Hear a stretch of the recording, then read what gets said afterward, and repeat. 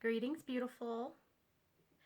It is halfway through week 6, and I just have a few things of note I wanted to talk about so that I didn't forget to talk about them later at my official full 6-week point. First off, see what I'm wearing? It's a bit smaller. It's very stretchy, of course. But cue this picture.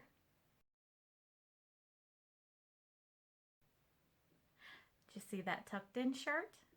Yeah, I do vintage inspired fashion, obviously. Very 40s and 50s rockabilly ish vibe.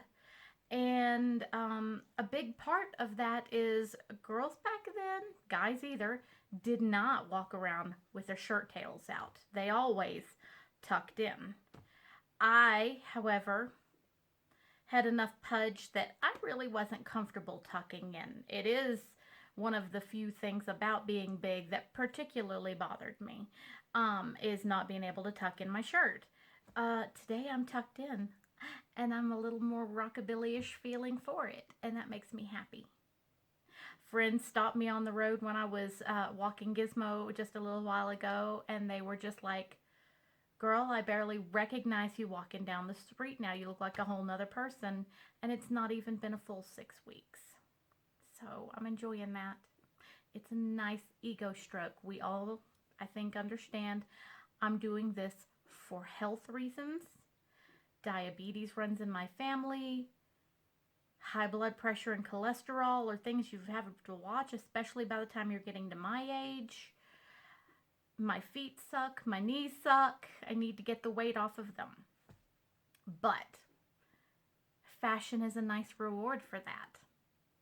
In other news, I have been trying to drink my apple cider vinegar drink. Most people have heard about apple cider vinegar being good for your body, the acetic acid and the things in it. I have read and heard and watched YouTube videos about one that includes a couple of tablespoons of apple cider vinegar, some natural pink Himalayan sea salt or some other natural salt of that nature, cream of tartar, fresh squeezed lime juice, and water, of course. I did not use the lime juice, but the acetic acid is very good for a lot of things.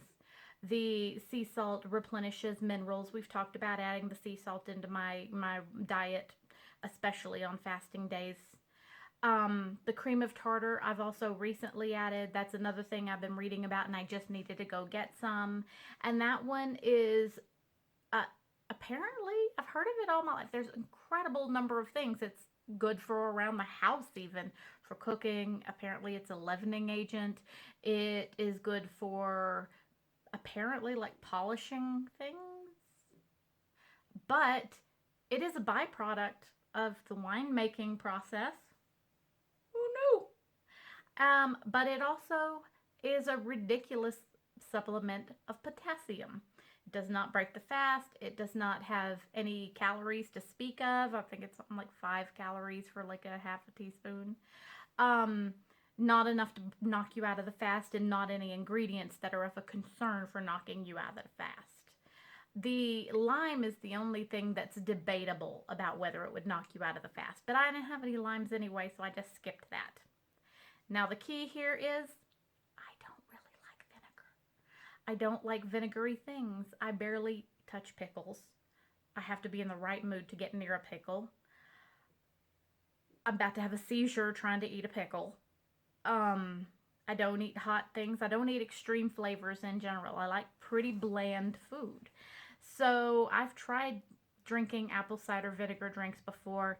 I do find that the only way it somewhat works for me is to make it concentrated, knock it back, and then chase it with a whole bunch of plain water to get it down. It's tough. Cue this instructional video and my reaction to trying to drink it. All right, lovely people. It is the apple cider vinegar fasting drink for me today. I have taken a little cream of tartar at certain points. I've done the sea salt. I am not a fan of vinegary things. So I've done vinegar before and it's hard for me to keep up on. But I am doing a 2-day fast. I'm 72 hours right now. So I decided to do a second fast where I did an extended one just to put my body to that next level and randomize things enough so that my body doesn't get too used to the fast and plateau. I have made it pretty concentrated. So this has got 2 tablespoons of the apple cider vinegar and a half a teaspoon of pink Himalayan sea salt and half a teaspoon of cream of tartar. I'm not doing the variation that has lime juice in it and the other stuff. I, first off, don't have any limes. And there is debate about whether that is going to pull you out of the fast, and I don't want to take that chance. Maybe eventually I will. I'm just gonna shoot it down. It's a half a cup of water and those ingredients. And then I'm chasing it with a whole bunch of water because, this is gonna be some work. I'll be back in a second and I'll let you know how it goes.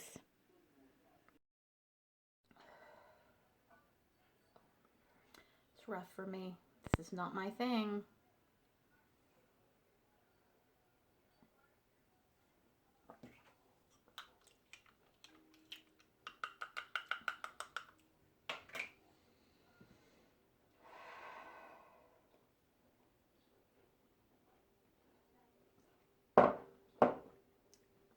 Maybe if I dilute it more. That didn't help. Okay, I got most of it down. I'm going to try for that last little bit here in a second. But I just thought I'd tell you what I know. So, the sea salt electrolyte replacement. So your body is burning through everything when you're fasting, and this helps replace essential electrolytes. The cream of tartar, more electrolytes, but a different kind. This one's heavy on potassium. So basically, say you're working out and you're cramping while you're working out, you need one of these things. And say you're cramping up later after the workout, you need the other one. That's what I understand. The vinegar is really good for you in general. None of these things will break the fast, but woof, they're not to my taste. Honestly, they're not to my taste. And by the way, the dress I'm wearing today, can't really see it, but I'm going to back up a little bit for you. This dress did not fit a month ago. A month ago, it was too tight in the shoulders and the arms and through the back, and it did that thing where it sits up like this and you can't get it in. So yeah, I'm losing back fat and arm fat and toning all around. The waist and the hips and the thighs, that's all more visible to me. But this shows a significant difference. I was digging through a box looking for some of my smaller jeans, and I came across this dress, which had been slated to go to the thrift store, that I had picked up from the thrift store, knowing it was probably going to be too small, but hoping because it's cute. And it didn't fit, obviously, and it does now. Yeah, buddy. So, I did get the whole thing down. Adding the extra water was a mistake. It was just more I had to get down instead of tolerating them more concentrated. I may use even less water next time. It's very salty. Tartar is tart, by the way. If you've never just tasted cream of tartar, it's tart. And tartar sauce. I bet you cream of tartar is the base of tartar sauce. I don't eat that either. The vinegar is vinegary, but there's just a lot of good that will help supplement your body when you're fasting. So if you can palate it, if you can tolerate it, or if you like it, drink it. It's good for you. I'll link below where I learned about it.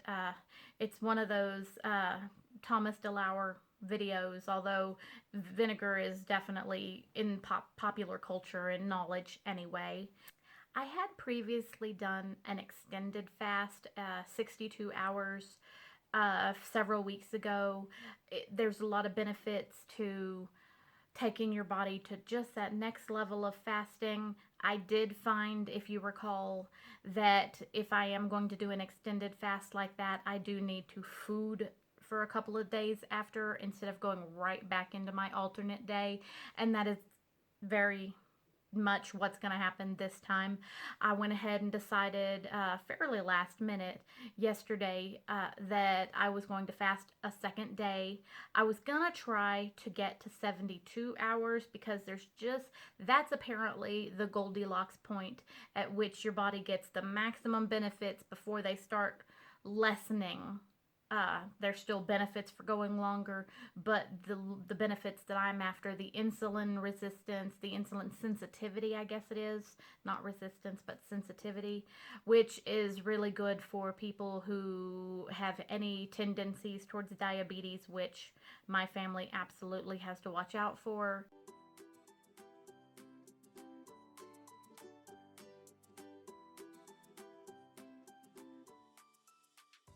That is the point at which you're apparently reaching the height of your sensitivity, and also getting into an immune system recycling phase.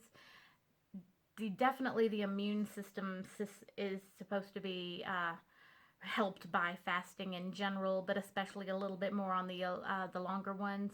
Apparently, the longer ones also have several risk factors, though, including your body reacting to it in a way that can cause gout and stuff. I'm definitely not really interested in doing extremely extended fasting. I'm never going to do more than 72 to 80 hours.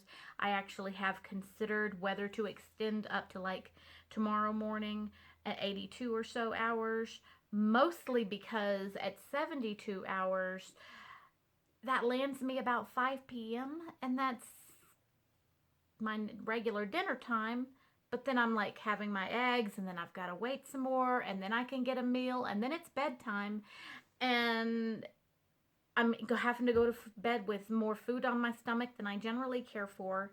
So then I'm like, well, maybe I'll just go till tomorrow morning. But I don't feel like it. So I think I've decided that I'll be having my eggs just here in a little bit. So I'm probably at about 65 or so hours now. I definitely feel like it's just a real good system cleanse and just taking it to that next level. And I think I'm going to do it once a month-ish or so. So this is 6 weeks. We're in the middle of week 6 right now. It was around week 3 when I did it last time, so I'm pretty much landing in that pattern where I start to get the urge to do a little bit of a longer one a few weeks into my current month. And we're going to see how that goes. It definitely feels pretty good, but I am also at that point this many hours into it that little low level, almost barely perceptible muscle fatigue starts to set in, even with my water drinking and the electrolyte boosts and things like that. I don't think I would enjoy a really long one. I'm just too physically active for that. I want to be able to exercise and move around. I will be summarizing some more information in a few days at the end of week 6, but I just wanted to let y'all know some stuff now before it goes out of my brain, because that happens. To be continued. Good morning. Gizmo, sit down.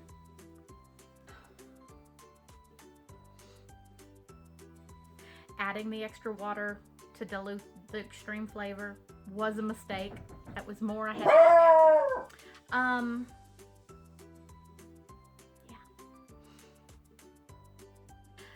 Let's see. But yeah, many benefits. So I previously had done, so that's definitely where you're in the peak of reaching those investigations. That's a point at which you're really reaching the height of that resistance. So we're going to wrap it up here shortly. I will be adding more onto this as the in the next day or so.